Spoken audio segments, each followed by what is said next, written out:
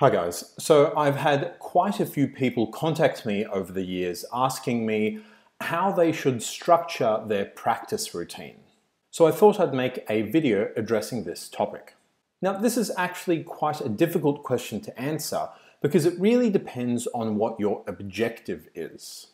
If your goal was to upskill in music theory knowledge, then you would focus more on learning theory.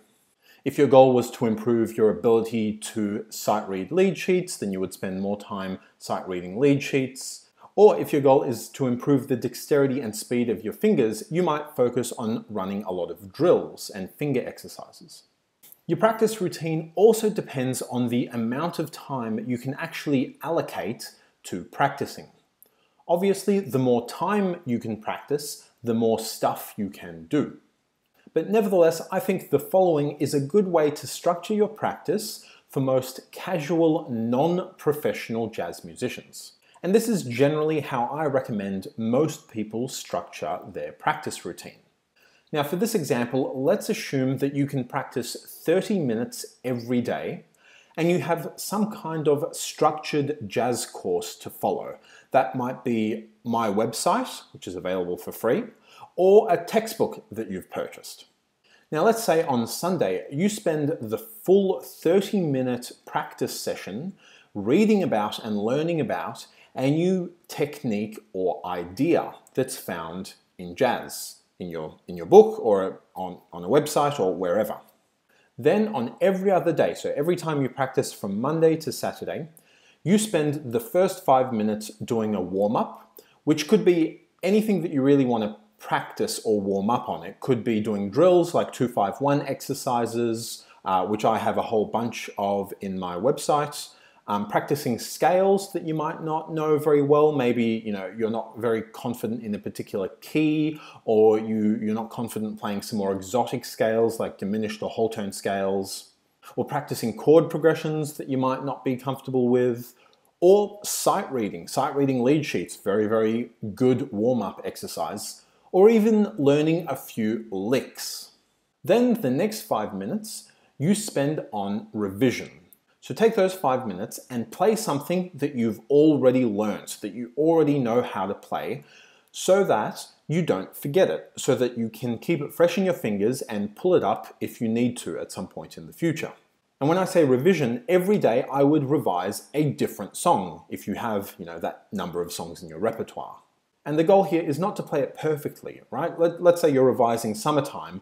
I would literally just spend those 5 minutes playing Summertime as if it's a performance. Melody, a little bit of improvisation, maybe a bit of comping, back to the melody and stop.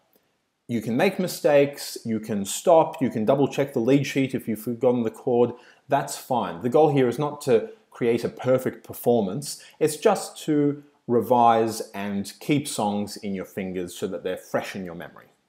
Then I would spend the last 20 minutes of our 30-minute practice session every single day learning a song by playing both the melody and improvising over it, using that technique or idea that we read about and learnt on Sunday.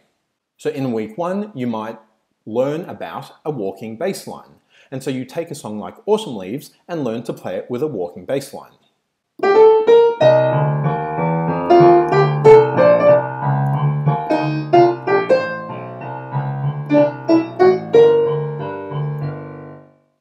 And so over that week, you've picked the song Autumn Leaves, you write out a walking bass line for that song based on all the learnings you did from Sunday, and then practice that walking bass line over the song, both playing the melody in your right hand and then improvising over that same walking bass line for the full 20 minutes. And you do that every single day for the rest of the week. Then next Sunday, week 2, you might read about comping with rootless voicings. And so then the following week, again, you have your 5-minute warm-up, 5-minute revision, and then you spend 20 minutes first writing out the rootless chords of the song, and then learning to play the song, but again, both the melody and improvising, using rootless voicings.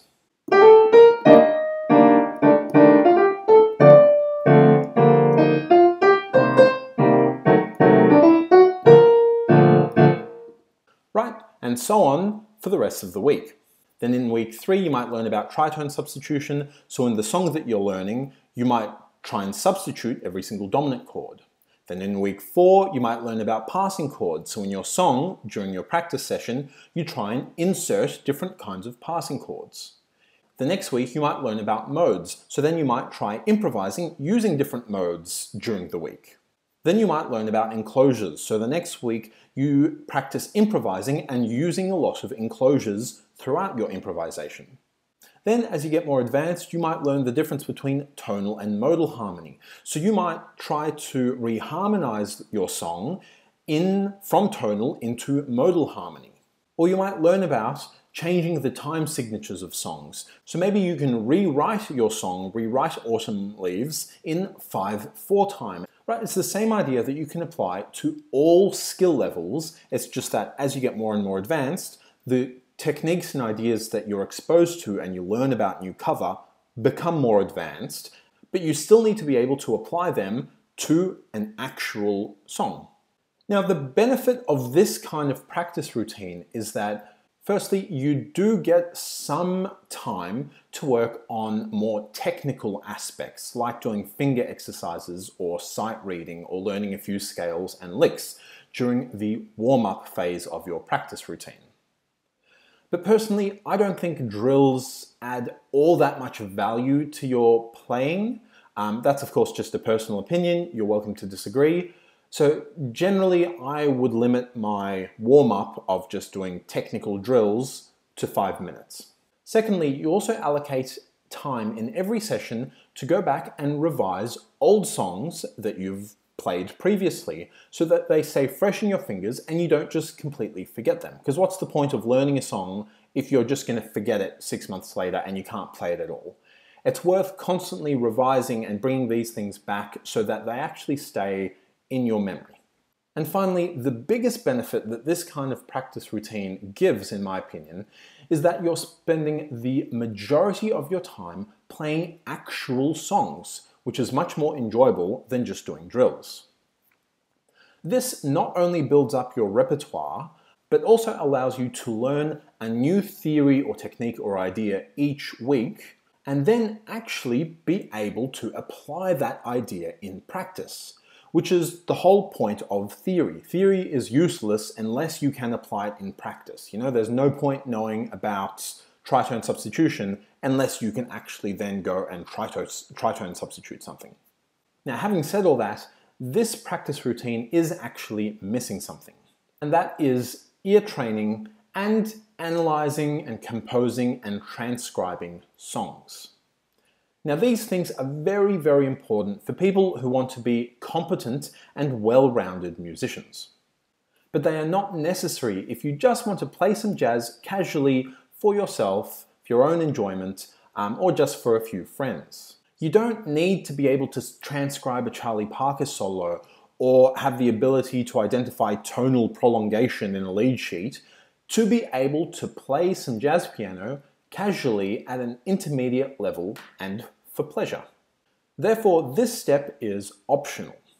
But for those of you who really want to excel and grow into a well-rounded musician, then I would modify this practice routine by allocating one day, let's say Saturday, to ear training, transcribing, harmonic and melodic analysis, and, if you like, if you're that way inclined, composing. And the benefit of this is that if you happen to come across a theoretical concept or idea on Sunday that can't be applied in practice, usually ones around analyzing harmonies, so like, modal interchange or tonal prolongation. That's really a theoretical concept about how you analyze a chord progression rather than a practical technique that you can apply to a song. By having that extra session on the Saturday, you have the ability to kind of develop that and build it and go through lots of different lead sheets and try and look for modal interchange, or try and write a song that contains modal interchange and see how it sounds, away from your Monday to Friday more practice-oriented training sessions. But notice you are still practicing playing 5 days a week, and we're only allocating 2 days a week to theory and ear training. And this is because theory develops much faster than practice. It's easier to understand conceptually what a walking bass line is than to actually play one on the fly, having been given a new lead sheet of a song you haven't seen before. So use this practice routine as a rough guide only and tailor it to fit your individual needs. Now, of course, this will depend on your skill level. If you're a beginner, you might only be able to do one song in that 20-minute period. If you're a bit more intermediate or advanced, maybe you're learning 2 or 3 songs at the same time, and you can apply that same technique to all the songs that you're learning.